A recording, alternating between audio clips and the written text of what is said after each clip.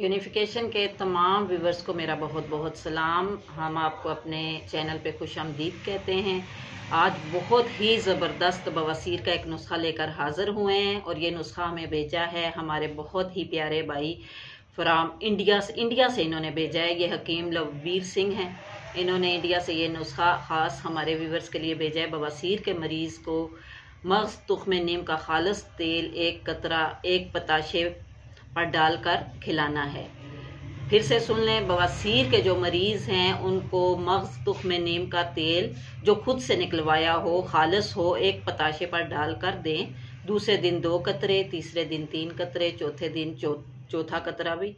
इसी तरह 15वें दिन 15 कतरे आपने पताशे पर डालकर खिलाने हैं। मसलसल इसी तरह एक एक कतरा बढ़ाते जाना है, लेकिन याद रहे कि 16वें दिन से कतरे ख़त्म करने हैं, उसको एक एक कतरा कम करते जाना है। 16वें दिन से एक एक कतरा कम करना है।